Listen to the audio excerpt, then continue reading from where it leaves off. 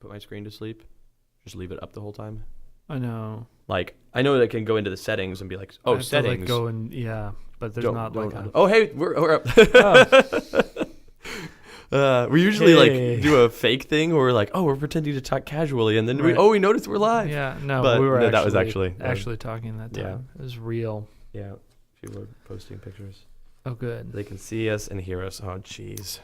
Hey, how is everybody today? How's everybody? Everybody. This is us specifically talking to you fine folks in the Discord, our Patreon contributors, because we'll do like a proper like intro to what will be the Extrasode itself. And for the record, I was also talking about the body.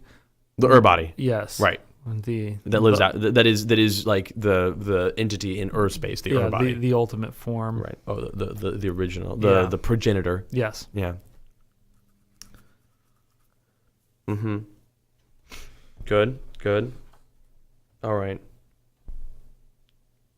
No one has said that they are good or otherwise. Oh, no, Jay-Z says that they're tired but hanging in there. Yeah. Voice sounds a bit better since Gen Con. I get you. A bit better. Hi, Nate. Hi, Jay-Z. Hi, Arnonoff. Hi, Benjamin Ninja.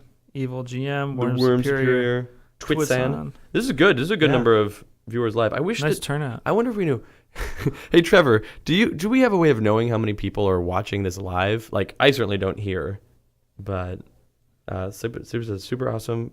Voice sounds a lot better than Letters Page Live. Yeah, my voice, true. I would say, sounds a lot better than Letters Page Live and a little bit better than the RPG. Miraculously, between the RPG. You've crawled into your floorboards since then, right? Yes. Yeah. Right. That's the big part of it. The Hey, Speedy. 11 on YouTube. See, if we want to know how many people are watching live, we just ask the chat and they tell us that 11. YouTube says 11. 11. Cool. All right. Beautiful. Well, thank you, the 11 of you, for being here. Right. And thank you to more people who are going to be watching two this. Just left. Two, that's fair. And then it's one 10 came now. back. Now people are out. That's fair. Let's just watch this for an hour. How many listeners do we have? Fluctuate. If it gets up to 20, we'll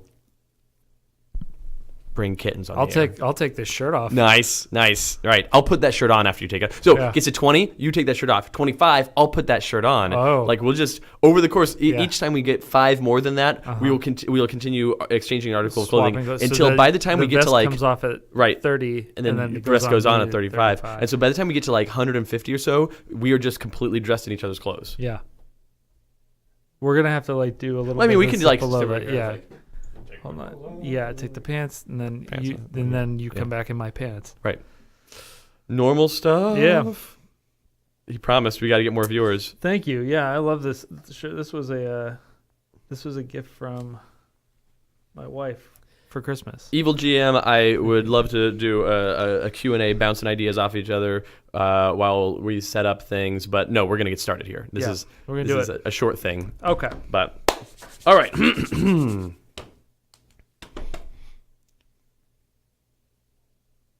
Greetings and welcome to Extrasode number 5. Hey, how's it going? Going well. It's going well. How are you doing? I'm all right. The topic of today's Extrasode is Season 1 of the Sentinel Comics live RPG live streams that we did in July and that just ended at Gen Con. I'm going to need to boil it down to a better name. Yeah, we got to get a better name for that. Extrasode number 5, Sentinel Comics live Season 1 recap. It's not really a recap, though, because we're not going to talk through the things that happened.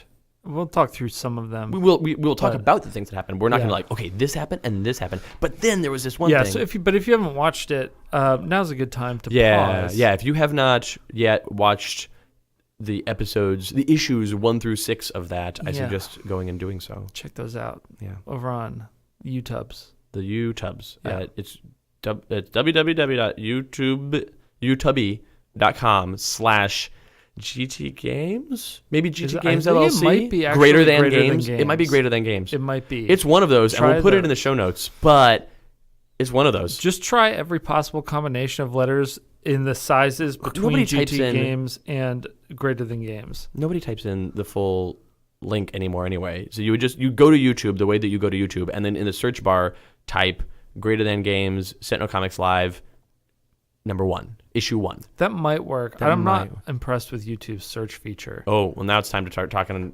trash on YouTube search feature. Yeah. Here's the deal. They need to get with it. Right. It's not the worst, but I think the problem, since we're gonna diagnose YouTube's problems here on the air. Yeah. I think the problem is that they have so many videos with so many names, and also the search feature gives you users and it gives you channels and stuff like that. That like, man, how to prioritize? You know, right. It's tough. I don't know. I don't have envy a the solution problems that they have there. Yeah, I don't pretend to have a solution for them. I just know that they have a problem. I want them to get it together. Yeah. All right. Hello also to all of our live viewers / listeners. We've got people from the live season 1. Adam give the RPG the MST3K statement. we just put it up and we watch it and we're like, wow, those dummies. Yeah. What a bunch of dummies. Yeah. And there you go. No. Just take that sound of us saying what a bunch of dummies and put it over whenever we say something. So Trevor, you probably want to cut this part that I'm doing right now, but apparently everybody in the chat says that the YouTubes are buffering, so I don't know if people are still Dropboxing in the office or beatboxing or bare knuckle boxing, Boxing Day. They're celebrating Boxing Day. I was going there. Box turtles. They have the racing box turtles. Mm-hmm. Whatever they're doing, there's some problem. Boxcar. Yeah, absolutely. Boxcar children. Mm-hmm. There's Children of the Corn. Yeah. Right. Well, hold on. You gotta keep box. You can't ramp up. Okay. No. I thought No, I see what you're doing. I like it. But okay. No, I thought we were going. Isn't there like a box thing that you put on top of your TV that was like your before TV Roku? is the box. No, but there was a cable box. Cable box. Yeah, that's what's happening. That's why the internet's slow. Mm-hmm. Okay, it's back. Okay, excellent. So yeah. All right. Yeah. So that part can all get cut because it was bad. But we can talk about this now. Right. So let's just get right into talking about how it went. Adam. Yeah. So quick question for you before we Sure. started: have you yet watched the GM sessions? Because I know No, I haven't yet. Okay, that's fine. I want to. I know you do. I remember that was like the first thing you asked as soon as we were done with the live stream at Gen Con. You were like, so can I go watch the GM sessions now, or is there secret stuff in there? Like, you may go do that. It's like, yeah, so part of the reason I'm still tired is I went on another trip immediately after Gen Con to go see family, and that's not as exhausting. The week after Gen Con, you went on I would say vacation, but it was a family obligation trip. Right, yeah. I stayed here in the warehouse and packed and shipped Oblivion all week. Mm-hmm. So I'm exhausted for those reasons. I've got that good China warehouse dust all through my lungs. Oh, good. Yeah, I was in the back of a... That's the stuff you like. That's right. It's the good stuff. Yeah. We pay extra to import it with the China warehouse dust. Right. So Chinese dust is just better. I don't know. It's way better. It's way higher quality. But yeah, no, I have not gotten to watch them yet. I'll probably watch them before next week because I'm helping Paul with his GM prep sessions. Yeah, but those don't start next week. Those start the week after. The character creation's next week. It's the week after that. You weren't here yesterday when Paul made a decision to move it. Oh. See? It got moved. It got moved. It's not next week. It's the week after that. So by the time this is airing, it's next week. It is. Right. Okay, there you go. We're back on. We're both right. Yeah. And both wrong. As is always the case. Yeah. But yeah, so it is not... so if you're listening to this in audio form, then this is... or watching it live a week after we recorded it, then next week, Paul is doing his character creation session with his players, and I am doing nothing with that game, which is both exciting and like nerve-wracking. I want to be a part of it. Yeah. But Paul made the excellent point. Is like, we need to see how the RPG works when Christopher isn't running it. Yeah, when you're not involved. Oh yeah, right. You're not holding it up. Yeah. We've been telling people we wrote this RPG, but There really is no it's RPG. just me making it up as we go. And people are like, how did this work? It's like, oh, it works like this. Yeah. Like, no. Yeah. That's how the canon of Center Comics works. That's how half of what we do works. Right. But yeah. Yeah, so that's the so character creation next week, doing and then next week, the week after this Extrasode goes live in audio form. Yeah. And then starting, I believe, the week after that is when the sessions begin. Cool. And it's going to be exciting new stories and new characters and all that. But we're talking about RPGs right now. We're talking about Season 2 of Sentinel Comics Live. Let's talk about Season 1 of Sentinel Comics Live. Yeah. So, Adam, I just have questions for you. How did it go? I thought it went amazing. Did you have fun? I did. Yeah, I completely had no idea that my character would have such like a defined arc over the course of it. I thought that I think that I had in mind that Starblight would have like some stuff that happens with his sword over Sure. time, but Yeah, I of did course. not think it would happen so quickly. Yeah, right. No. So- I mean, as you'll note when you watch the GM prep session videos, like the fact that you had like sinister space magic stuff going on, and like all the stuff that Ray's character, the Stella Nova, was talking about. Right. She's like, oh, these things happened, these things came together, it was this really rare event, and it made this being of ultimate power. I'm like, that seems really good and positive. Like, that seems just like rife for corruption right there. Yeah. Like, that's, this thing never happens before, and the one time it happened, it created this being of good. I'm like, but what if it also happened one other time?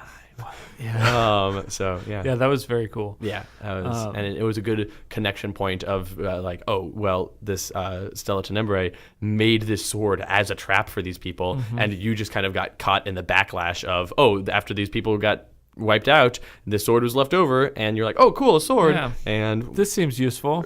it sure is. And not bad at all. Right, and she was like, okay, cool, someone else is using the sword, whatever, I'm sure it won't be a thing that I'll want to draw on later. Yeah. And if it hadn't been for Stella Nova, you'd have been in trouble. Yeah. There was a lot of ways out of session 5. I was very interested to see what you guys did. Like Stella Nova rebuilding the sword from the inside out was one of the options, but it wasn't like you could have also just all like worked toward escaping and gotten out, and the sword would still be the Starblight sword. You could have destroyed it. You could have destroyed Sir Arton instead of saving him. Like there's just a lot of directions you guys could have gone. So we took the best possible options. Probably. We're really good at this game. Sure. Yeah. You took the Looks like best we won. options for the stories for your characters, and Yeah. that's great. I was very pleased with how that went. Yeah. I felt like everyone had really disparate but defined characters. Yeah. And like no one really. I was worried that like Craig might feel out of his depth with what we were doing, but no one really did. Yeah, Like, well, and even so, like Craig, I thought it was I kind of think it was a feature that he was like, oh shoot, space travel. Like I'm from the past and I'm dealing with modern day Yeah. stuff, and I'm dealing with super futuristic space travel, cosmic Yeah. stuff. Okay, so he was a good foil for that, because like you and Ray, Starblight and Stella Nova were both like, okay, sure, fine, Right. and Space is what we do. right, and Violet Heart was like fine in any weird in any situation, like Yeah. no matter what. But having Dynamo there to be like, well, keep on keeping on. The voice like, of reality, basically going like, all of this is not normal. right, yeah, like excessively not normal. Right. Yeah, but So yeah, how did you feel it went? oh, I thought it went great. I thought it was super good. Is there anything that you were disappointed didn't come up, or There's a couple of times where I was like, where I felt like I had to lean a little bit harder on the hint button than I wanted to. Yeah. About like I gave you guys some little puzzle pieces, and that was fine though. I never know how subtle a clue is until I see the reaction to it. Because sometimes I say a thing and people are like, oh, latch onto that and grab it and delve into it. It's like, Right. oh, that was okay. But other times I'll say a thing is like, no, there's this thing going on, and you guys are like, oh, cool. It's like, no, no, but like, but nothing in specific. It all went really well. You guys did a great job working together. what was your biggest surprise? Biggest surprise. Yeah, what was something that shocked you over the course of it? I feel like I should have a better answer to this. I don't have there wasn't like a thing that happened that I was You like, can what? percolate on it if you Yeah. were like. I'd have to go back, because like all of it, the stuff that happened that was surprising was less like you guys did a thing that I just didn't expect at all. I was like, oh, okay, guess we're dealing with this. Was more the thing that we all as a group came to together. And it's like, oh, I guess this is the direction we're going here. Yeah.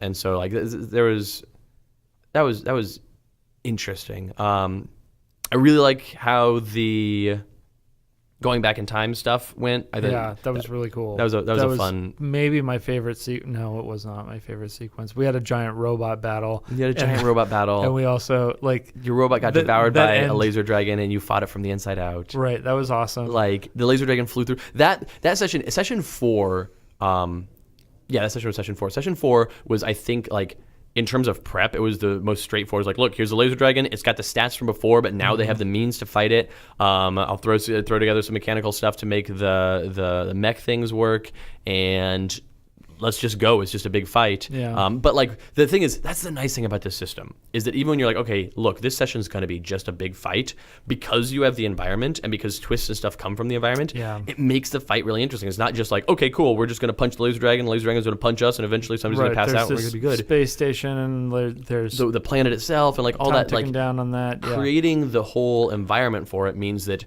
I don't have to plan out the beats of what's going to happen. I just plan out, here's the toolbox, and let you guys kind of just rummage around in the toolbox and see what comes out. It was great. It was that was a lot of fun. I think that was my big highlight, was not any one story moment, but watching all of the mechanics that we've been working on for 2, 3, 4 years now with this game just like work at the table. Seeing the rubber hit the road. Yeah, like just that. being like, this is just happening. It's just working. Yeah. The GM prep sessions were even more that way for me, actually. Oh, really? In that I was like, okay, so I know how I want this fight to be. I guess I'll just open up the chapter, because never was I like, okay, I want to do a thing that's not in this chapter, so I'm going to make a thing up. Okay, I say never. I one time did that, and that'll come up in the questions. Somebody asked a question specifically about it, so I'll let them have that. But it wasn't. There was never the moment of like, well, I guess I'm going to have to invent something, and then we'll later retroactively put that something into the rule book. It's like, no, I went from the gross text of chapter 5 of all the villain environment minion creation stuff, and I just ran that stuff. I was like, okay, I need a minion for this, so I'm going to build it using the minion creation rules. I need the laser dragon. I want the laser dragon, like, we know what a laser dragon is because of Galactic Strike Force, right. But I want some little differences here to point them towards this cosmic entity, so let me just go through the villain creation rules, and it's a titan, and it's impossible to be damaged, and it's this giant thing, and I'll go through the rules, and I'll give it this upgrade, and I'll give it this mastery, and we're good to go. And it just worked. Like, having all of that just work. Building really all of cool. that live was really fun. Yeah, I mean, that's... I've run the starter kit a number of times now. Right. Have you gotten to run Stolen Legacy yet? I don't know if you... No, I okay, haven't just run curious. You know it, of course, right. But I'm just curious if you've run it. But I... There's a difference between running a pre-made and then making something, seeing a session that someone's made. Yeah. And like, I think there's definitely a place for pre-mades, and like, sure. I think that's super cool. But my preference in general is not the pre-mades. Now, us making pre-mades is a little different because it's fun for us, because we can like put out like, oh, here are some of the like points in time in the Sentinel Comics in the Sentinel Comics universe. It allows us an opportunity to tell ongoing story, right, where we haven't really before. Right.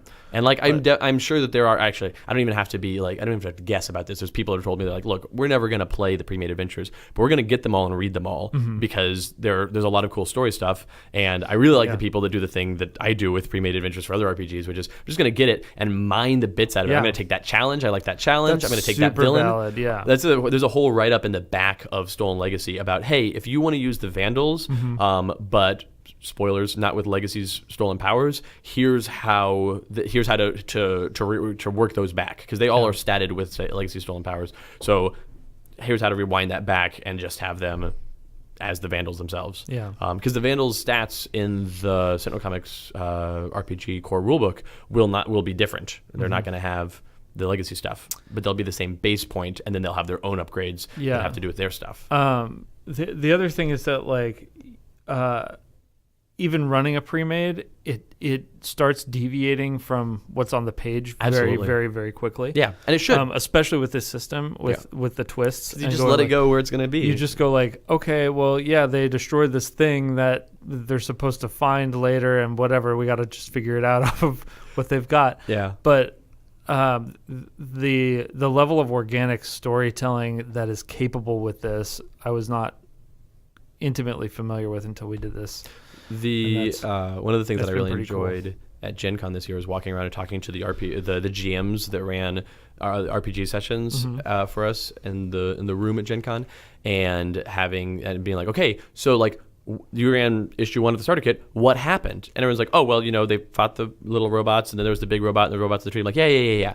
I know those parts. Right. But what happened? Tell me about the weird stuff that happened, the twists and the changes, because there's always stuff. Like, every section of that has been different. There's always something. Right. I have my go-to that I talk about. Right, where they blew up the building or something. They blew up a truck, and then in trying to contain that fire, they made a huge smoke cloud so none of them could see, and then Unity made a fan bot, and then the fan broke, and the blades went into a civilian's leg, and it was...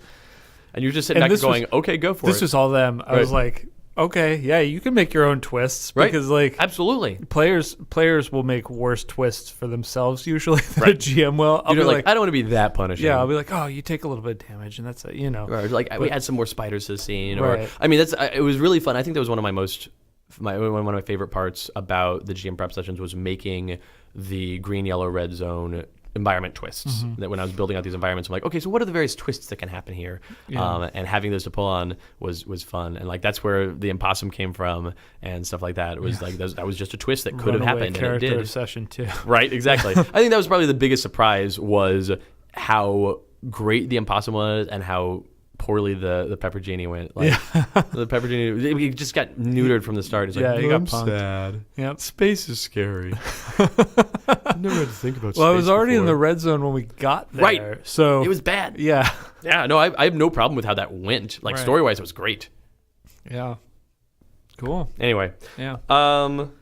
Let's look at the Discord real quick. Oh, yeah, good call. Good call. What other people there? have to say there? What are we not covering? Oh, boy, a lot of stuff. Yeah. Okay. Yeah. Okay. This is good radio. Who are the players in Paul's game? Shoot, I don't know off the top of my head, honestly. I can look it up. It's Jen and Chris Burton. Good. And Jody. Good. Strong. And I'm trying to remember the last one. The last is where I'm sticking. Is it Sarah? Here. I'm going to tell you.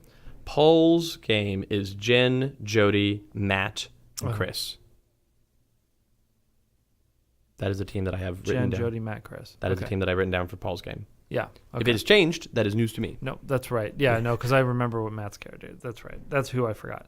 Yeah. Yeah. And so then after that, we do one of ours after that, again. I'll do another. I'll run another session, and then after that, you'll run one, and your team is Alex, Tawana, Sarah, and me, and him.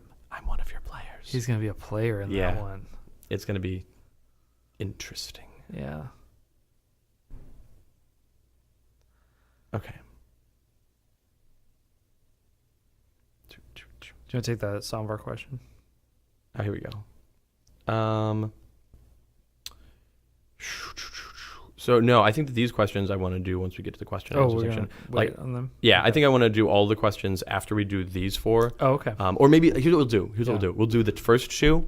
Okay. Because the first two are about the RPG live stream and the other two are about the RPG in general. So we'll do the first two questions. Then we'll go to the Discord. We'll start with the Sandvar question, and then we'll come back and do the last. So we'll come back to you, Discord. We're not ignoring you. We're definitely not ignoring you, but we're gonna do questions. Okay.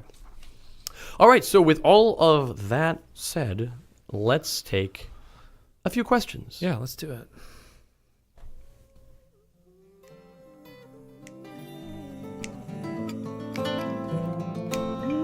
Christopher and Adam reading letters to you. Christopher and Adam. Beautiful. Amazing. Yeah. Truly touched inside.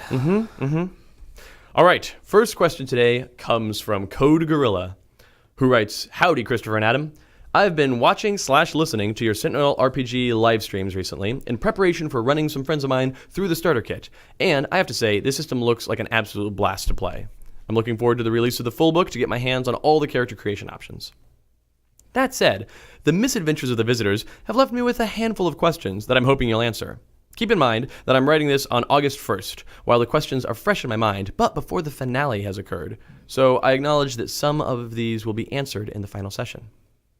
Number 1. First, the big one. Is any of this canon? I understand that this is a silly question, given your usual line of Sentinel's canon is a canon you make with your games, but I'm curious if it's the sort of thing that you will consider as canon when making future Sentinel products and telling future Sentinel stories. I say this is the big one, as the answers to this informs my other questions. If this is non-canon, then I guess I'll just answer the following questions as it relates to the canon of the RPG sessions themselves. All right, this is the big question. This is a big question. And we actually intentionally have not talked about this Right, yet. we were like, let's talk about this live. Let's do this live. Let's let people see our process on this. The only, like we've talked about, so many times we've talked about, so how much of this is going to be canon? Oh, we'll talk about it when it's done. Talk about it later. We'll talk about it later. And now we're at that time. Right. We can't put it off anymore. Oh, what's that? A distraction? Adam, I've got to go. Okay. All right. So it's just me now. Oh, you're back. I'm back, yeah. No. Again, the doors. You can do visual jokes now because you're on this. I can. But only a dozen people get them. 11, remember? 11 11 yeah, people. it might be more now, but Right. who No, knows? it's 11. Forever 11. Forever 11. Yeah. It's a much less marketable store. Right, like, yeah, that Forever 11 is oh man, I don't want to go too deep down this road. Let's instead talk about the canon of the Sentinel Comics Live. So, first off, let's just go session by session. Laser Dragons in Sentinel Comics. Are Laser Dragons canon in Sentinel Comics?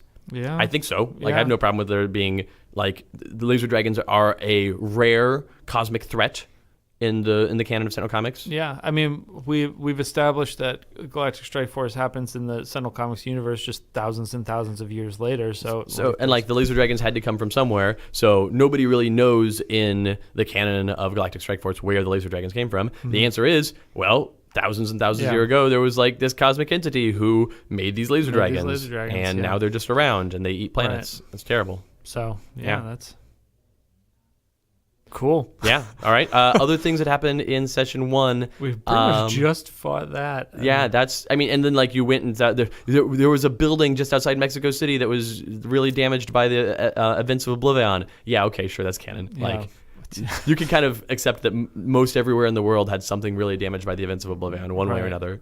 So. Session 2, the Vandals doing magic, like that. Yeah. That's already of canon, course. right? Yeah. Yeah. The Impossum and the Pepper Genie. I mean, those are like canon enough in that they are things that can be They're made. like chaotic magic things. Right. That's like, If a magic person wants to create purposefully or accidentally a thing like that, they can. Yeah. Those I'm not too worried about the canonicity of those, but they're canon. That's fine. Yeah. Like Impossum, Pepper Genie, okay. Sure. Like Yeah. So then session 3, you guys. I like how you backdoor got the Pepper Genie into canon because this is something that I've been fighting for since Christopher's- 2012. I was like, it was such a good joke it because was, it was for the Dreamer. It was yeah. supposed to be in the Dreamer's deck, so Supposed to be we in the talked Dreamer's. about it in 2012. and I was like, I'm not making it. That's so It's such a dumb. good joke. It's a pepper genie, a genie of peppers and fire. Right. And like even when I started describing it live in the thing, you were like, "Oh no, this is the thing." no, And then you he's saw the got- art and you're like, "That's awesome." No, I know, and that's the thing is that I'm glad you got it in this way because I would have not have made it that cool. Right? No, it worked out. Like, and that I was what thought I it was had in a my dumb- mind of like this dumb joke genie made and, out of a like- pepper. Like, oh my gosh, that artist was great. Yeah. It was great. So yeah, that was fun. So yeah. Hey, I got the Whippicorn. We got the Whippicorn. we got the Whippicorn. Yeah. Right. So there's already some dumb jokes in that deck. Yeah. Yeah. All right. Okay. And so then. So then, the now we get medallion. into stuff that's the question. So the end of session 3, or end of session 2, beginning of session 3 deals a lot with the amulet. Mm-hmm. And so for that, we deal with the amulet. Then the amulet takes us to the castle, and we learn about the Knights of the Order Cosmic. Yeah.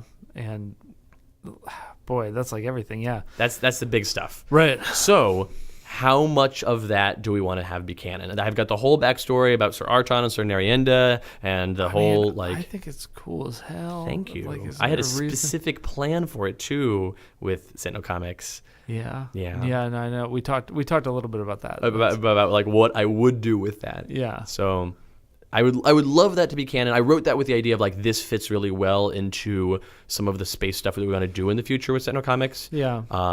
So Well, I mean, and that's the thing in talking about this. I kind of feel like everything fits really well with the space stuff. Is there anything?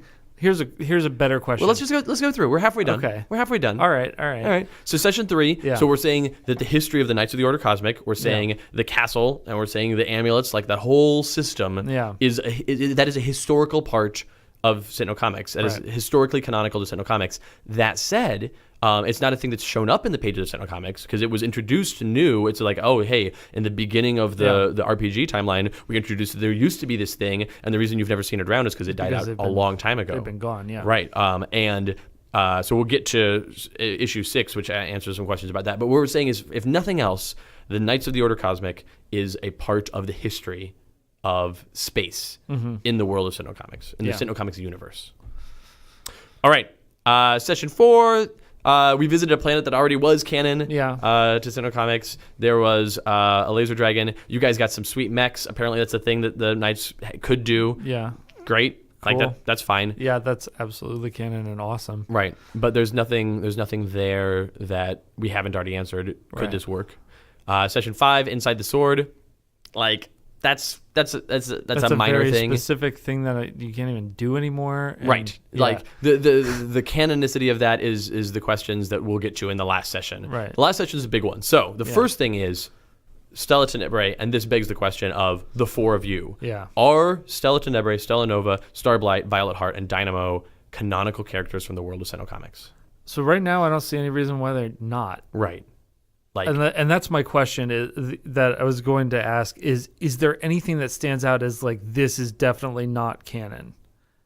Because if not, like, kind of why not? Like, right. That's like that. None of that. The only reason that that would be not canon is if there was a part of it that we're like, oh, well, this specifically flies in the face of a thing that we wanted to do later, or the thing that we've already done, a thing that we've established is true. I would say, like, if it was aggressively anti the feeling of Sentinel Comics. Sentinel Comics. Right, yeah, that would certainly be true. Yeah. Like, the character of Violet Heart is a weird one for the pages of Sentinel Comic, but not so weird as to be not possible. Yeah. Like, there's an amount of weird that's like, yeah, you really can't be in this story. But she's on the edge of weird in a way that's perfect. There's, in a lot of major comic companies, there are segments of the universe that are full of just, like, strange characters that rarely, if ever, interact with the main ones. Right. And, like, that's definitely kind of the what feeling this of the feels 4 like. of you. Yeah. Yeah. Because if we're saying that Stella Tenebrae is a real threat that really made these laser dragons and stuff, then that means that Stella Nova's story also works. Yeah. And Stella Tenebrae made this sword, so Starbright picked it up. Okay, great. There was some astronaut that picked up this thing. Right. And then, like, Dynamo, the Dynamo coming from the past, like, he was careful in his backstory to make sure that, like, the time travel stuff that happened was pre-Oblivion, and then, like, post-Oblivion is there. That's fine. And Violet Heart has some sort of weird undead thing that has to do with vampires of some sort. Might be a little massaging that we got to do to make it 100%, but, like, yeah, I think that. So I think it's canon. It was canon. That's great. The entire thing, the whole thing. Yeah, which is exciting. Yeah. And then the last bit of episode 6, of issue 6, is that you guys. Canonical. Oh, that was the thing. That was the thing I was going to say. Like, there are things that I would say would be not canon. If you guys had failed in the very first session and the laser dragon had torn through the earth, I would say, this can't be canon. Yeah, no, not canon. But we were actually successful in everything that matters for canon reasons, I think. I mean, but also, like, there was a couple of planets that were destroyed by the laser dragon, and that's not fine. Good, but that's fine for the story. So that's good to have. Yeah. So that happens, and then the last thing was that you saved Sir Arton, and Sir Arton said, "Okay, well, I need to go about, like, rebuilding the Order of the Knights Cosmic," and that is exciting. That's one of the big things that, like, even if most other things weren't canon, which they are, I would want that to be a thing that survives from that because I have specific plans that you and I have to talk about off the air. Yeah, but anyway, so there you go, canon. All canon. Now, I can't say that all the live streams that we do are going to be canon. No.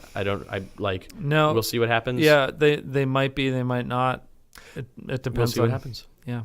We'll do it on a case-by-case basis. We'll review each. The thing is that, like, anything where the storytelling is specifically coming from us is much more likely to be canon. I don't want Paul to be saddled with the burden of, like, sticking to Sentinel Comics canon when he's writing. And, like, when I'm doing it, it's easy for me to do it because it's the canon I've been writing in since 2010. That's same. Like, I'm intimately versed in this. But, like, world, Paul's not. Like, he's not a thing that he used to be very up on stuff, but then after for a few years, he's like, guys, I don't have the time to keep up on all of your dumb stories. It's like, that is true. So when he's running this game this fall, the stuff that he does might be canon, it might not be, and either way is totally fine. Yeah. And we'll see. We'll see. Yeah, I actually think the players are more in touch with him than he is in that instance. Because, Most of them because are, yeah. Chris definitely is. Right, of course. Super. Jen has Is a been bit, working yeah, on that. Right. Jody used to be, and Jody's kind of like Paul in that she used to be super up on things, and now Yeah. she's like medium up on things. Yeah, and I think Matt's mostly up on Mostly things up on things, yeah. too. So, But like, we'll see what happens. Yeah. We'll see what happens. who knows? All right. That was question 1 from Code Gorilla, 1 of 4. Number 2, what's up with Blood, Sweat, and Tears? How did they end up with Sir Nerienda's amulet? I'm sure you've heard... I'm sure I've heard you refer to them by their new names before, but I don't recall when or where. So if that's largely covered in another episode, my bad. Stygian, Inductor, and Tear. And we had not referred to them here before, I don't think. Maybe we had. I don't think so, though. I maybe. I don't know. So the place that they are referred to that way is in the Stolen Legacy adventure, and me putting them in as foes in issue 2 was just kind of like a wink and a nod to like, here's some canon that you might be familiar with. It was a little bit of fan service there, but also like I needed a group of people who would find some sort of cosmic magical artifact and said, yeah, let's do weird experiments on it and see what happens. Yeah. And it's like, oh, hey, Let's do the amateur Vandals. magic. Right. Yeah. Like that's exactly what they're there for. Yeah. So that they were there to bridge the gap between some other stories that were happening and to introduce them and to be a fun set of opponents because they've got their own fun dorky stuff going on. Yeah. So what's up with them? They are not Citizens of the Sun anymore. Citizen Dawn's doing her own thing, and they're not interested. So they went off to return to their roots in making bad choices with magic they don't understand.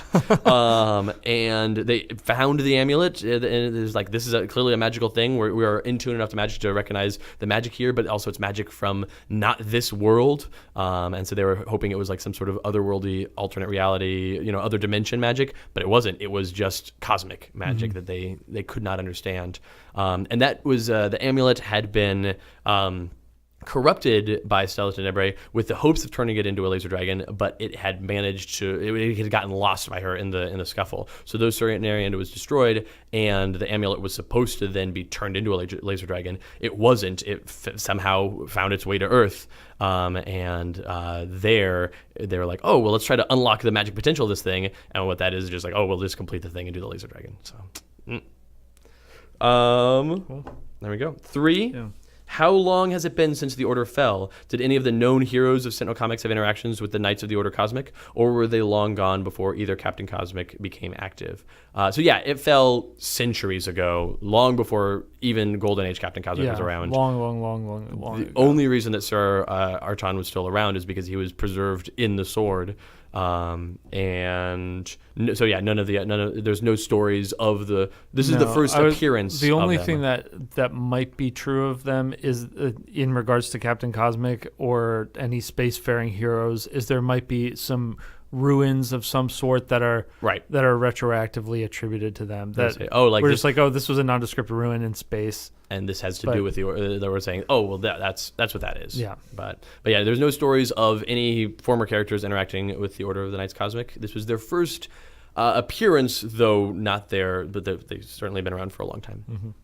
Mm-hmm. And they've been not around for a longer time than they'd been around before that. So, number 4, who are the other wielders of Starblight? You mentioned that there were 4. Obviously, 2 of those were Sam Roberts and Sir Arton, but I'm curious if the other 2 had any notable exploits.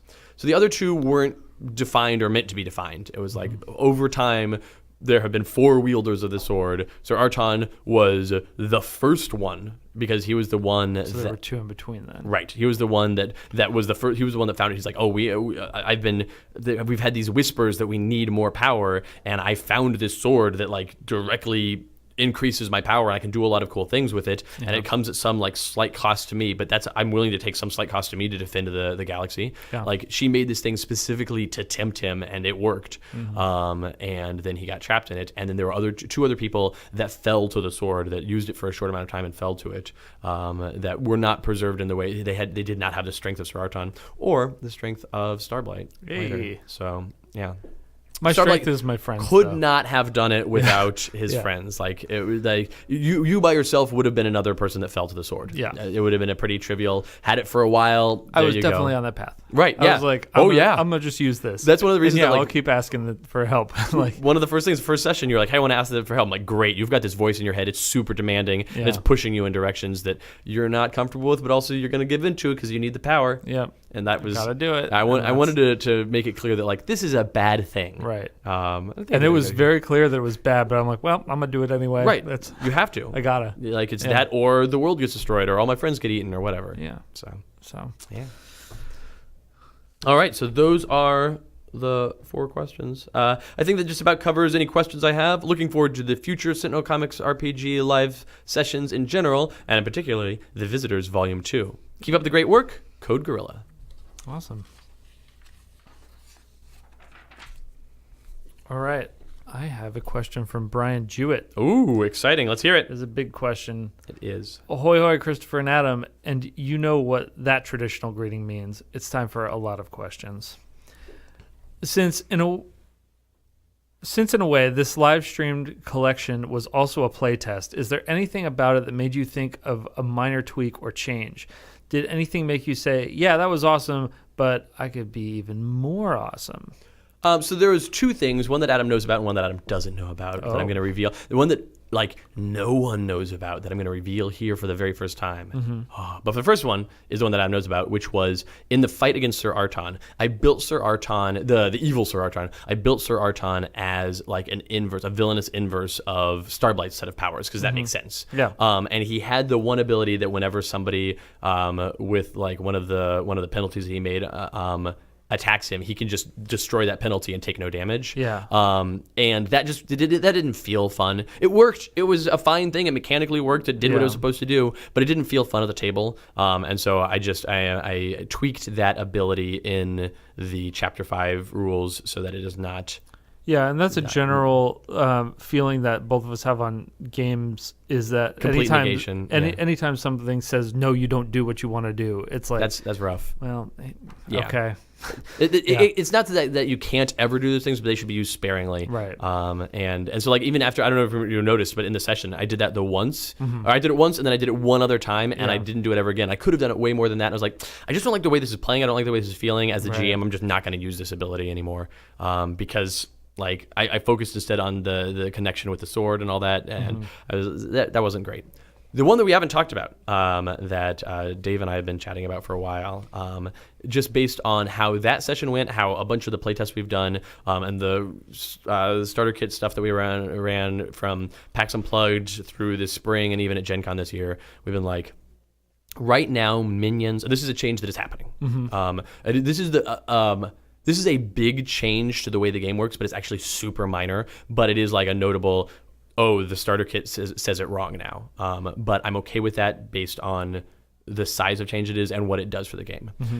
So right now, Minions, when they get down to a D4, just feel super anticlimactic. And if you spend your turn like mopping up Minions, you're like, all right, well, I just take out a bunch of Minions. It doesn't really matter what I roll in damage as long as I don't get like negated down to 0 or lower. Right. I definitely kill them. And also it means that Minions, even like Minions never have the chance to do what Sergeant Steel did for us in another game. Minions never have the chance to like hang around and end up being extra scary. Right. Lieutenants can. The Impossible was a lieutenant, and so it got its thing. But Minions just can't ever Ascend beyond their minion list. They can't surpass minions, your expectations for them. Right. And so what we're doing with this is essentially Minions now get what's called a last stand. So when Minions get down to a D4, right now right now Minions work in a way where whenever they take any damage, they either are destroyed if they fail their save, or if they succeed on their save, they degrade a die size. But then the rules change when they get to a D4. If they take any damage at all, they don't even get a save, they just destroyed. So now at every die size they get a save, and at every die size they're either destroyed if they fail their save, or they degrade if they succeed on their save. Except at a D4. At a D4, they're destroyed if they fail their save. However, if they succeed on their save, they don't degrade. They stay a D4. Okay. So a minion who reaches D4, you're like, okay, there's a bunch of D4 minions. You can definitely probably clean them all out because they're only rolling a D4. Right. They're only rolling 1 through 4. If maybe if they have a boost, they can hang around. But if they have a hindrance, they're definitely screwed. But these D4 minions, they're not long for this world. But if you like do an attack that hits several of them and you roll a 3, and your attack's a 3, and a bunch of them roll D4s, 1 or 2 of them might like, no, we're hanging on. Yeah. So that is. So now you have the opportunity for one minion to be like to keep rolling 4s, and you're like, no, you he's just gonna can't hang get around. rid of him. Yeah, And then, it's a more interesting feeling. It gives them a little bit of stakes when they reach that level. So that is a thing that is a change that we are going to be making. It'll be that way in the core rulebook when we reprint the starter kit, which, if not by the end of this year, will be early next year. But it might be by the end of this year. We'll see. But when we reprint that, we'll have a sidebar about that explaining this is the way this works. And we'll just try to do as much information about that. And I'm not super worried about it because, like I said, that is a notable change, but it's not that big of a change. It's not a thing that if people do and it if you're wrong, playing it's a it huge deal. the original way, like There's nothing wrong with it. There's It's not. just better feeling if Yeah. they're the other way. We've run a couple of games with trying it that way, and people enjoyed it more. It makes them feel like minions aren't just ignorable when they're down to their last legs. They have this last stand. It's like, oh, that's cool. Yeah. So that is the mechanical change to the system itself, not to one aspect of it, but to the actual game system that came out of this game and playing of the game in general over the course of that time. cool. So there you go. Yeah, that's neat. Yeah. Yeah. So people that are listening to this, that are playing in their own home games, make your recording changes. Yeah. There you go. This question will likely get outsourced to Walking Target or some other wonderful member of the community, but how many bonuses did end up getting handed out in the final session? Yep. So someone who's good at counting things. We met the person who counted all of the times we said blood in the Court of Blood episode. Yeah. She was like, "Oh, hey, I'm the one that did that." We're like, "Oh, thank you. Also, sorry." I had 33 in one shot, so right. that was that was a total of a bonus of plus 33. That wasn't 33 bonuses right. because most of those were plus 2s. So it wasn't 33 bonuses you used. You used a bonus that led up to. So the number of bonuses is a decent question that I definitely don't have the answer to. Christopher, can we get that evil laugh that was requested and paid for at Gen Con, but which you couldn't perform because of the terrible damage done to your throat by wicked convention throat goblins? Oh boy. So like we said, we're still, I'm going to say 90% recovered from Gen Con. It keeps going down every time I think about it. Do you want to set that back? No, I'm going to give it a shot, but it's going to be not my best work. All right. I did an evil laugh at one point in one of the issues. There was a moment in which you did like a quiet evil laugh. I did a that quiet someone evil laugh. gift. Yeah, they wanted a big scary evil laugh. I don't know if I have this. There you go. That'll do. Adam, your character was super awesome. That's right. Largely because Christopher kept having him get eaten by dragons or having his sword being possessed or making you attempt to murder your teammates. Well, I like to think he's awesome for different reasons. Oh, I don't know. Those are the things that I found awesome about him.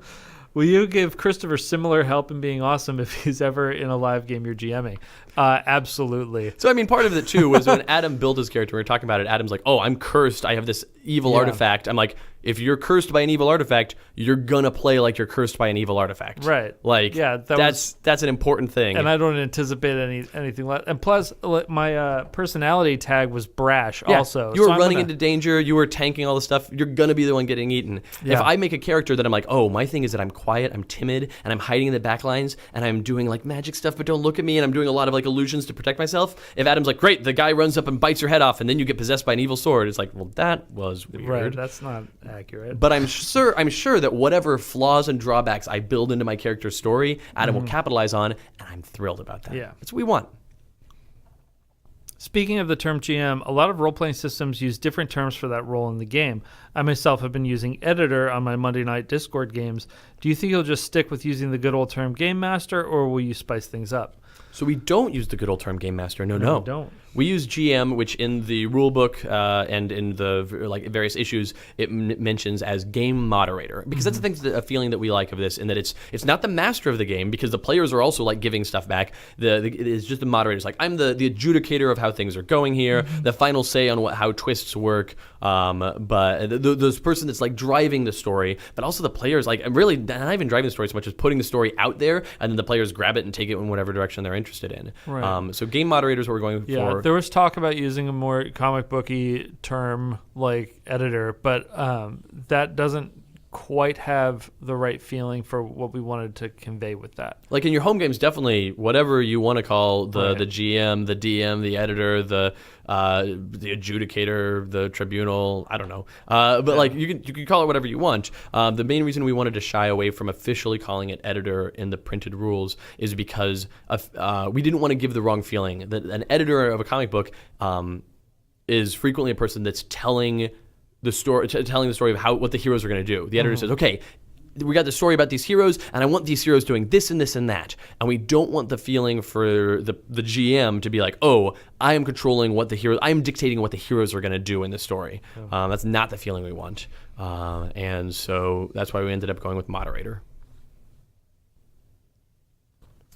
Will the core rulebook have the rules for scaling things up when people get into giant mechs like you guys did, or is that a later issue? Yeah, that's the one thing that I mentioned earlier was the thing that I did that wasn't in the book in any way. Right. That was an untested thing that I'm like, okay, with this group, I can keep my thumb on the pulse of how this is going, and I'm gonna give them this awesome feeling of being huge, because the main thing that I wanted to do is like, okay, great, you're like all of your attacks and all of your things, like you're now at the scale where you can fight the laser dragon, whereas you weren't before.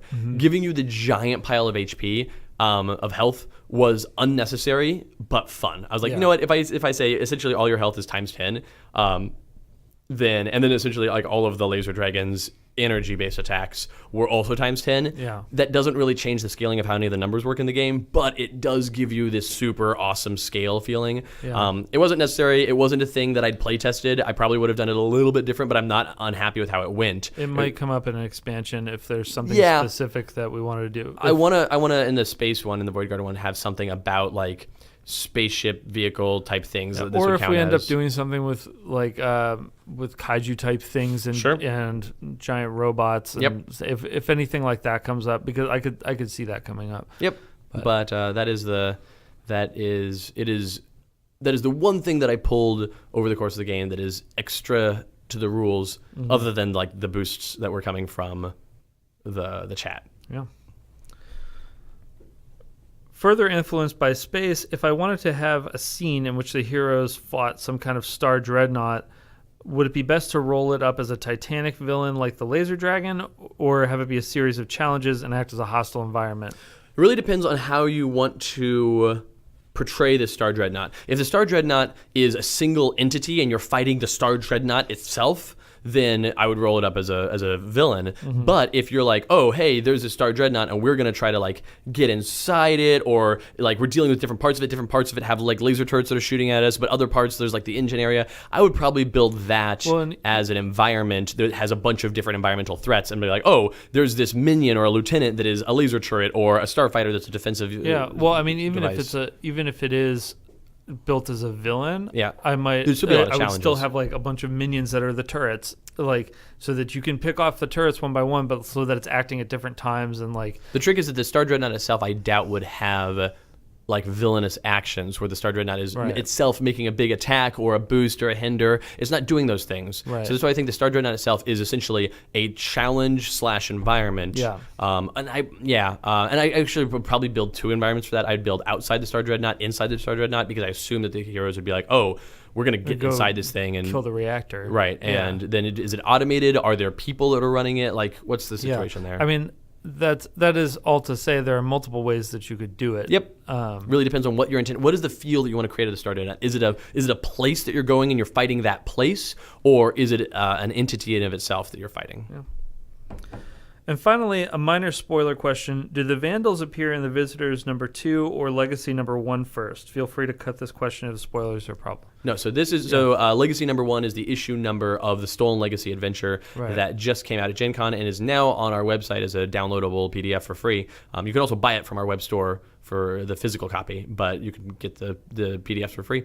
That and Stolen Legacy, Legacy issue number 1 is the first appearance of Blood, Sweat, and Tears, rather, Stygian, Inductor, and Tear as the Vandals. That's the first appearance of them in comics. The Visitors issues 1 through 6 definitely takes place later than that. How much later than that? It's hard to say. That's the thing we need to figure out at some point. Yeah. But we'll have to go make another spreadsheet. We're doing that. Yeah. But so soon. Visitors issue 2 definitely takes place after Legacy issue 1. Legacy issue 1 is one of the very first of the new runs of comics. Yeah. Thank you all so much, and to those players of Stolen Legacy, the starter kit, and the mismatched homebrew games we've cobbled together guessing at rules we don't yet have. Remember, roll low, twists make the game more fun. That's true. Definitely true. That's true. Yeah. Yeah. That is definitely true. Excellent. All right, so those 2 questions, those big, heavy questions with lots of moving parts, were about these sessions. The next 2 questions that we have printed out in advance are about the RPG in general, and now is a good time to answer them. But first, I want to go to the chat and look at some things there. Gotta scroll way back. All right, so I have a question here from Powerhound 2000, who writes, "Ahoy hoy, Christopher and Adam. Christopher, what actions did the heroes take with their abilities that you didn't expect?" That I didn't expect. There was a good amount of ability usage where I was expecting people to like go after one specific part of a threat or one specific part of a challenge, and instead they focused on a part that I thought was like, this is like described as more of a don't bother with this until you do the other thing, and they're like, no, we're gonna bother with this. I'm like, okay, all right. Ways they use their actions. Like Adam did a bunch of cool stuff where turning hinders into boosts, but that is intended. That's as per the rules. That was not unexpected. I don't think anybody did anything that was unexpected because I'm so like intimately familiar with how every part of the character creation works. Right. And he had our character sheets in front of him too. So. Yeah. But like all of those like ways, either Dave or I wrote, and then I did an editing pass on. So like there weren't any surprises there on a thing a player could do. Next, Adam, did you feel you were getting set up each issue since you charge in with a big attack and then get told it had no impact? No, I think that only happened I think it happened twice. It happened twice. It happened one time with the laser dragon because everyone was hitting the laser dragon. Nothing was happening because it had the impenetrable shield. Yeah. And then it was once with Saraton, and that was I think there's a difference in feeling where if you hit the laser dragon and the laser dragon says, I have this perfect shield, I don't take no damage, that is less of the thing you did was negated entirely. It was we need to figure out a different thing. Yeah, and that one didn't feel great.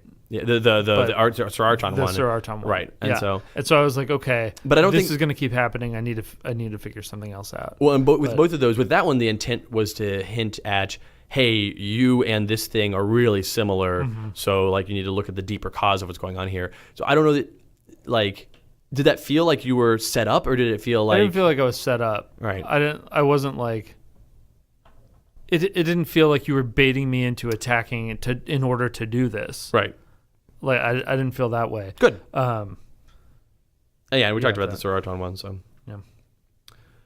What would have happened if Dynamo could have saved the space station? Then those people would have been saved. They wouldn't have died. Yeah. They also would have stopped ticking down the scene tracker. That would have been super positive to have. The people of that world, Tarvalis, would have a better chance of continuing to grow as a world instead of definitely getting set even further back. Yeah. It was really bad for them. Yeah, so that might come up. Yeah. Overall, what surprised each of you as the story progressed? I think we've talked about this. Yeah, I think there's a lot of surprises for you almost every issue. Yeah, every single one. I was surprised that I turned into an anime god at the end. I love that you went from like edgelord to Bishonen over the course of it. Yeah, the hair in my face. Rose petals behind me. Yeah. Yeah. Yeah. Yeah.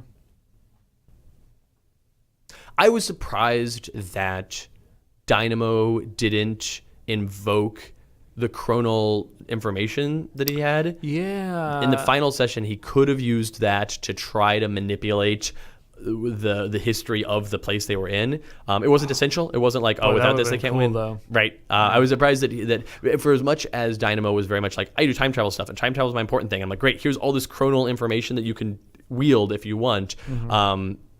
When in fights, the thing that Dynamo, for all of his being a time travel inventor, he was I'm an armored defender. Yeah. Armored defender in fights, out of fights thinking about time travel stuff. And I'd like to push that a little bit more of, no, do the time stuff. Yeah. Do it. And before we do another session of this, we're gonna have like a character recreation session kind of thing. Not like, character revisiting. Yeah, revisiting is more. Yeah.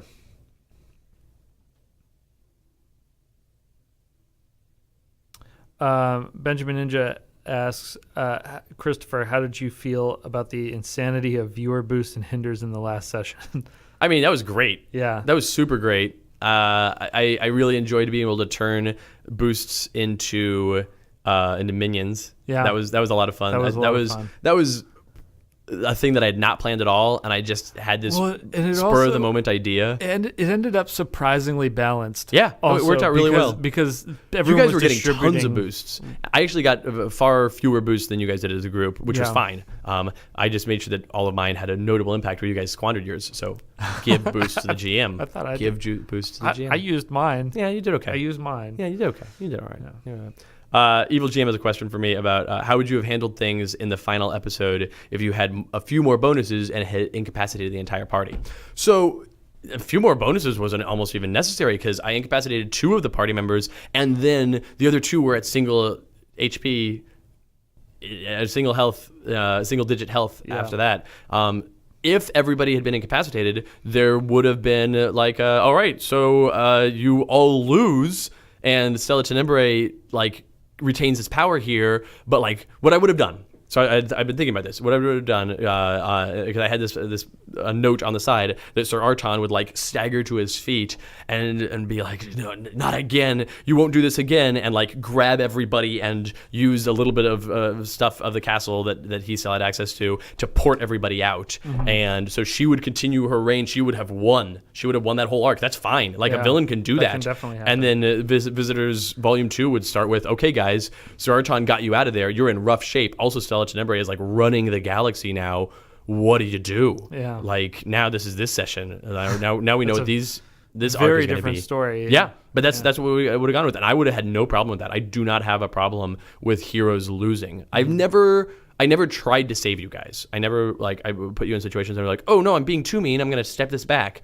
The only time I stepped a thing back was with Sir Arton's ability. I'm this isn't fun, so I'm not going to do it. But losing isn't not fun. No, it's not. Right. That's there's opportunities there. Yeah. I'm actually surprised we didn't have a major loss earlier though also, and the scene tracker running out. Yeah, it's true. It never happened. It was close. It was almost always very close. Yeah. You have another one?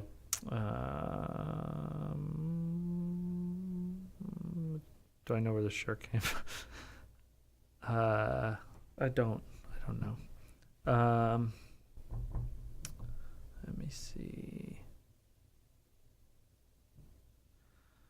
Oh, will we see? Stop calling me. Who asks? Benjamin Ninja asks, will we see the Visitors or their story in a future source book? It's possible. Because they're canon. There will be parts of it, the I will say right now, the Knights of the Order Cosmic are definitely going to show up in the future.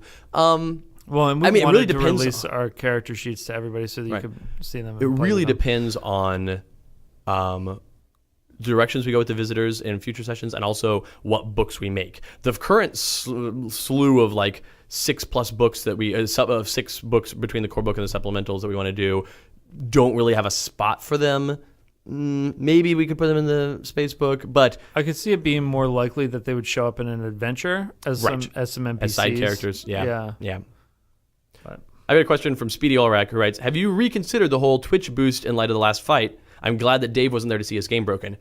Excuse me, the game was not broken. It worked exactly as intended. If you think about it, that was great. That turned out being awesome. I have not reconsidered it. I think it's awesome. I think it worked really well. And Dave also really liked it and thought it was fun. So it was a lot of fun. Do not question my usage of boosts. Looking for question marks, and some of our... I'm just looking for things that are tagged by me. Yeah. Or tagged with me. You kind of answered this already. Did these sessions make you rethink any rules for the game? And you said the minions. And there's the one villain interaction that I didn't like, and then the minions getting their last stand. Yeah. Pritsan asks, who is on the art behind me? So over my shoulder here, I have my sad friend Muerto, who he's sad because he's dead. And then up here, there is Inductor. Yeah.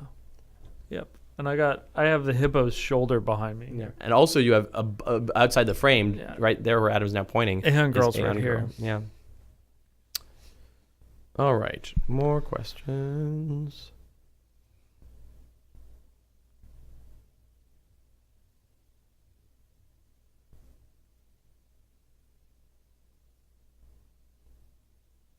All right. Cool. Yeah, I think that's good for now. Yeah.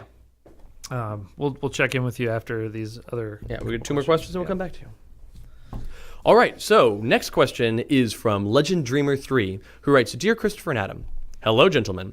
After listening to the Cosmic Tales episode of the Letters page, as well as leading up to it, a certain question came to mind regarding what some players might want to do for the Sentinel Comics role-playing game. So we know that one power source the players can pick is alien, meaning that their powers come from the biology that the alien race has, similar to how Tempest Meridian biology allows them to control weather, or how Thorathians born with 2 hearts are enabled with powers. The question at hand, we know that the Enclave of the Endlings houses the last members of various alien races. In theory, could a player build a character who's actually a member of that race from an alternate reality where they don't become an extinct race? Could a player create a Tramtar who could yell their opponents into submission? Or perhaps a Flakop who could defeat their enemies with laser blasts from above, just to name a few examples. While I'm not actually planning on making a character based on any of the Endlings, I am still submitting this idea to anyone out in Radioland who might be dreaming of such a build. So yeah, absolutely. Yeah, there's no reason why not. During the events of Oblivion, there's all the realities that are crashing together and all the portals that are opening and be like, oh, you're a Flakop that came from that reality to this reality, and so you're kind of like a lizardy person with wings and with a laser I-beam thing, but then you're like, okay, great, I'm in this reality. I just got to find my other people, and you learn not only there are no others of your type, the last one of your type here was an Endling, and the Enclave of the Endlings is not even here anymore. Yeah, it left this reality. But there's a reality that's all Tramtars. Yeah, it's very loud. It's very loud. It's the loudest reality. Yeah. Thank you again for your time, and in case you were wondering, yes, the Realm of Dreams does include districts for the dreams of aliens. Some of them are quite bizarre compared to human dreams, but that's a story for another time. Legend Dreamer 3 from the Realm of Dreams. All right. Thank you. I have a question here finally from Gloomweaver. Oh, Gloomweaver. Yeah. Just writing questions. Yeah, the boss is writing. Oh, it's on the official stationery. Oh, okay. The official standing in place, the official not moving. Right. Yeah. Greetings, puny mortals who claim to have created me. It is I, the great Gloomweaver, here to rain destruction and madness upon this damnable world. Or at least that's what I would be doing if that pitiful cult of mine would stop sending questions to this miserable podcast and actually get work done. Anyway, I have a lot of time to kill while I wait for the cult to let me into the world, so I figured I'd ask a question specifically about Sentinel Comics canon. You have specifically stated that every game of Sentinels in the multiverse, even the games where I, the all-powerful Gloomweaver, am defeated by those puny heroes, personally I blame the cult, because they all take place in some alternate universe or another. But that raises the question of the RPG, which can have even more outcomes than the card game. But there's a problem with canonicity here. After the Oblivion event, travel between universes is nigh impossible, meaning that I cannot spread my influence to other universes anymore. Given the situation, my question is this. What is the canon policy on the RPG versus the canon policy on the card game? Remember, don't turn that frown upside down. Turn it into Eldritch Flower. Eldritch Flower. Turn it into Eldritch Power to free me so that I may punish the marketing department of the Cult of Gloom for coming up with this stupid slogan. Nice. Okay, so first off, just a quick aside, you mentioned, Gloomweaver mentions that he can't spread his influence to other universes anymore. That's not your thing. There are other Gloomweavers. Each reality, not each reality, some realities don't have Gloomweavers, some realities have Gloom Leavers that are just heroic versions. Yeah. Workshop that name. But yeah, no, there's like, stick to your own reality, pal. Yeah. You get the Realm of Discord in this reality, or you get nothing at all, depending on what future you're in. Danger times. Is 2 realities not enough for you? I mean, 2 realms? 2 realms. The dose realms. Right. You're not 2 kings, but you're 1 king of 2 things. Right. Ideally. That's better. Yeah. I'd rather be 1 king of 2 things than 2 kings. Yeah. Come on. I'd have to be 2 people. Right. It's exhausting being one person, Adam.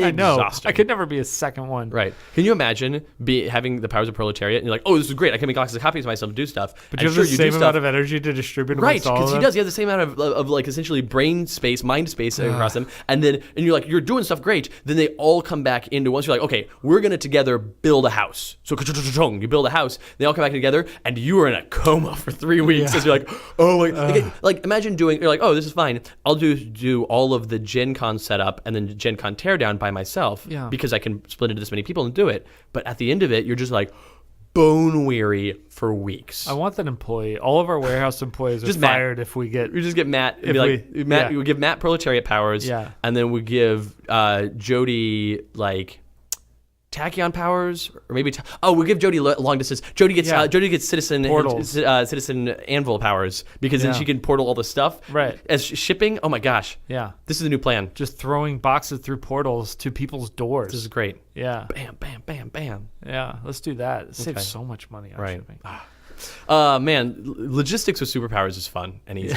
And So way much easier. Yeah. But anyway, the question here is, what is the canon of the RPG? And we are putting out stories like the starter kit and Stolen Legacy and other stories. There's going to be stories and adventures in the core rulebook, as well as other one-shots that we do and other collections that we put together. And those are all the canon of Sentinel Comics. Okay, great, sure, the Sentinel Comics universe. But also the canon that you play at your table is your canon of Sentinel Comics. And it still works the same way. Right. It's not that it's a million alternate realities. It's that your table's canon is your Sentinel Comics canon. Yeah, and I mean, and just because you can't access other realities doesn't mean that they they're don't not exist. there. That's true.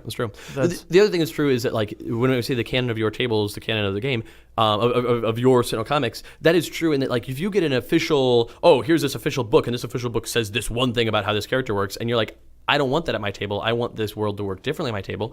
Change it. Yeah. It's yours. It's your thing. It's yours. That's the way it works. Yeah. So we can't. Even if we wanted to, we could not possibly come to all of your homes and micromanage your play. No, Jody and Matt could when they get their new powers. They will. Yes, right. But we're not, because that's what they want to do. That's their job. Yeah. Yeah. Besides all of the shipping and logistics and stuff. Yeah. Well, they're saving so much time on that. Right now, they'll have all the time. Except they're going to be so tired. Yeah, they will be very tired. So, I mean, you'll probably still get away with most of what you're doing. Right. Yeah, they would have gotten away with it too. All right, let's go back to the chat. See what they need.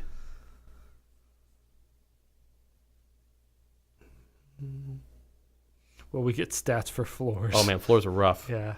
Floors are rough. All right. Cool. I think we're all caught up. Yeah, I think so. Yep. Any last chance for questions? Yeah. Last chance. Wait We'll shoot the hay, as they say. Shoot the hay. Shoot the hay. Yeah. It's like when it comes from cowboys. It's cowboy slang, obviously. Right. From when cowboys were sitting around and they're bored, they would be like sitting around talking and just talking about nothing, and they'd take out their pistols and like make sure they're still functioning properly by just shooting bales of hay. Oh. And so you just shoot the hay. Right. And you clean it up. Oh, it's shooting a little left. And you shoot the hay. That's where that expression comes That's from. different. Okay. Yeah. So I was confusing it with shoot the straw, which is actually a different expression that comes from actually melting or like purifying straw into a liquid component and injecting it into your veins. Shooting it. Right. That's another common thing. Right. That was done around the turn of the century. Yeah. So. We have. There's been a lot of medical advances since then. We know that doesn't do anything. It turns out that it's just strictly bad for you. Right. Don't put straw into your veins. Yeah. In any form. Yeah. It's like you didn't even try on that one.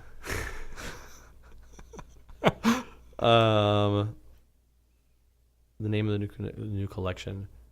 New collection. If you're talking about the one from the live stream, then from the Sentinel Comics live from Visitors number Volume 1. Yeah. I think you guys gave it a name too. Visitors Volume 1. Oh, we did. Something Catastrophe or I don't remember. Yeah. It's on the sheets. It's on the sheets. It's also on the stream. Yeah. Someone here will probably remember it. How Dead is Skeleton? Oh, yeah, that's a good one. So you can read that one. Yeah. How Dead is Skeleton? No, you got to say who's from. This is from Evil GM. How Dead is Skeleton? Sorry if I misspelled her name. Is it possible for her to return in later seasons to seek revenge upon the visitors? I'm gonna say probably because she got knocked through a portal. I mean, she went through a chaos portal, and we said that anything that goes through a chaos portal is almost certainly destroyed. So I don't see how she could ever come back. The number one be a problem rule, again. the number one rule of science fiction and fantasy is if you don't have a body, they're not dead. Even if you have a body, Even man. if you have a body, sure, but like, no, that's great. When you guys like ended it that way, I was like, yeah, I was like, ah. But no, she's gone. She's defeated. Yeah. She's knocked through a chaos portal. Definitely destroyed. Nothing to worry about. Yeah. Oh boy. Speaking of, they're saying, I'm actually glad. Like, Right? Speaking in an outside of the game, I'm actually glad she's not dead because, she's definitely dead. well, she's definitely dead. Right. But I'm glad there's the possibility for her to come back because I don't feel like There's no resolution there. You defeated her, but you didn't really resolve anything. Right. Now we were talking about like whether any of these characters, whether any of your characters are going to show up in a supplement. I could see Stella Tenebrae showing up as a villain in a supplement and be like, hey, here's stats for her. Here's how to use her as a villain. We've got art for her. She's got a good suite of stuff she does. It's likely, and actually, like is likely that she'll show up because she's really cool and I could fits see with the laser dragons and stuff like that. I could see the Pepper Genie and the Impossum showing up as side as like lieutenants in the Magic book. Yeah. So like this thing is like villains, threats, challenges, environments That's are way more more likely to show up in supplements. And- The Laser Dragon is definitely showing up. We already and the statted that intent out is to entirely. release our character sheets just for free online. So Right. you'll like if you want to go and reenact this, then you'll have the tools to do it. The trick is that the character sheets, like which version of them would we put into a thing, because they're going to change. They changed over the course of that between the first and the end, and then also by the next session we'll see what things are doing. I would be comfortable like putting up whatever they are at the end of each thing. Yeah. So we need to do that at some point. yeah, We keep saying we're going to do it. Yeah. It'll happen. it will. It will. All right. Okay, I think that's.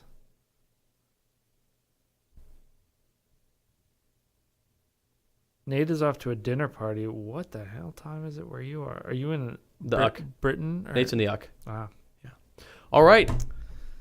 Thank you so much, all of you, for listening, watching, tuning in, and all that. Thank you very much. A thing that I meant to announce at the beginning, but I did not. That Oh. we will now announce here at the end. A surprise announcement. A surprise announcement. You out there in Radioland may be wondering, why is it that we have not yet put up the topic submission form? Yeah, that's so strange. Why haven't we put up voting? Voting for topics should be going by now. should It's already be. about halfway through the month. Voting should be happening. Why isn't voting happening? Adam, why can't I vote? Democracy's dead. Does my vote not matter? It doesn't. Why doesn't my vote matter, Adam? Because we know what episodes we're doing next. Oh, really? Are we just going to do the ones that were the second place set of ones from last month? Because those were really good. There's a bunch of really good No, we're submissions. actually doing the ones that nobody voted for. No one voted for them? Yeah. Why would we do those? Because they're the Oblivion ones. What? Next month, 4 episodes. Those 4 episodes are Multiverse Recap, Scions, and then Oblivion Part 1 and Oblivion Part 2. Oh, dang. That is the whole month. That's the Now, month. we will do an editor's note, of course, that month, and we'll do an Extrasode. So sometime between now and the end of the month, I will put up voting for the Extrasode, and we have a bunch of Extrasode topics that people are very interested in. So I'll put up voting just for the Extrasodes. But for this month, the only voting will be about the Extrasodes, because at this point, a ton of people have Oblivion, and all of the secrets and the spoilers from within Oblivion have been made very public knowledge, that if you're at the point of like, if you're trying to avoid those, which good for you if you are, like I would be, if I were a person who was like learning it this way, I'd be like, no, I'm going to avoid it. But at the same point, if I'm avoiding everything that's been said on Reddit, on Board Game Geek, on our forums, on Twitter, on Twitch, if I'm avoiding all those things, I can also avoid the Letters Page podcast. Yeah. But we're going to do first the Multiverse Recap. Which is we're going to go through the entire thing and Just basically talk through the structure of it and where things fall. And Right. And that's going to answer, hopefully, a lot of timing questions for a lot of people. And then we will do the Scions episode. And starting with the Scions episode, if you're wanting to avoid spoilers for Oblivion, don't listen to Scions, Oblivion 1, or Oblivion 2. Multiverse Recap will be fine. So we still have several weeks till we get to an episode that is spoilery from now. But from the time of this recording, from the time that I'm saying these words. yeah, So but it's exciting. that's what's coming up. I thought we would never do these episodes. Right? I genuinely thought that we were going to do them in October, but already at this point, more than half of the people have received Well more than half of the people. About a third of the people, more than a third of the people had received it by the time that Gen Con started. Yeah. So we're in great shape now, and we're about to get a ton more I out love the door. hearing on Twitter about people's games and how much they're liking it. And I've had a few people that have so responded cool. and been like, "Oh, it's big and it's heavy, and I just don't think we're going to get it to the table all the time." It's like it's not meant to get to the table all the time. this is not an all the time game. Right, Sentinels the Multiverse is like an all the time game. Yeah. Oblivion is okay, we're feeling up to this big challenge. It's big, it's heavy, it takes 2 to 3 hours. It's huge. Yeah. But yeah. Yeah. I feel exhausted after, and like I should. Right. Yeah. I'm excited because we talked about wanting to do this once it was out, which it's close enough now. Probably sometime in September, but it might be later. It depends on the streaming schedule. It's not up to us. But you and Paul and me, the three of us, we're going to do an Oblivion game live on Twitch. We also talked about the three of us Playing through all of everything, Sentinels. Yeah. start to finish. Yeah. I want to do it. Let's do it. Let's do it. Let's make it happen. We're committed now. We've heard us. Yeah, you've heard us say we're gonna do it. So, All right. Do you want to do Let's do a that. creepy sign off where we say goodbye to everybody, like straight into the cameras? yeah. Okay. Goodbye. Bye. It's been good talking to you. I miss you all. Bye, Jay-Z. Bye, Twitson. Bye, Arnanoff. Bye, Sanfar. Bye, Bye, Benjamin Ninja. Nate. Bye, Evil GM. I need to remember who else is here. All right. Sure. At Casual, they can't see us, so they don't know. Bye, Joshua O'Kelly. Oh, that's a good one. Bye, Josh the Valiant. Bye, Erte. All right. I think that we got. Bye, Westerp Waters. Oh, yeah. Good one. Good one. All right. We miss you all, and we'll see you next time. Bye.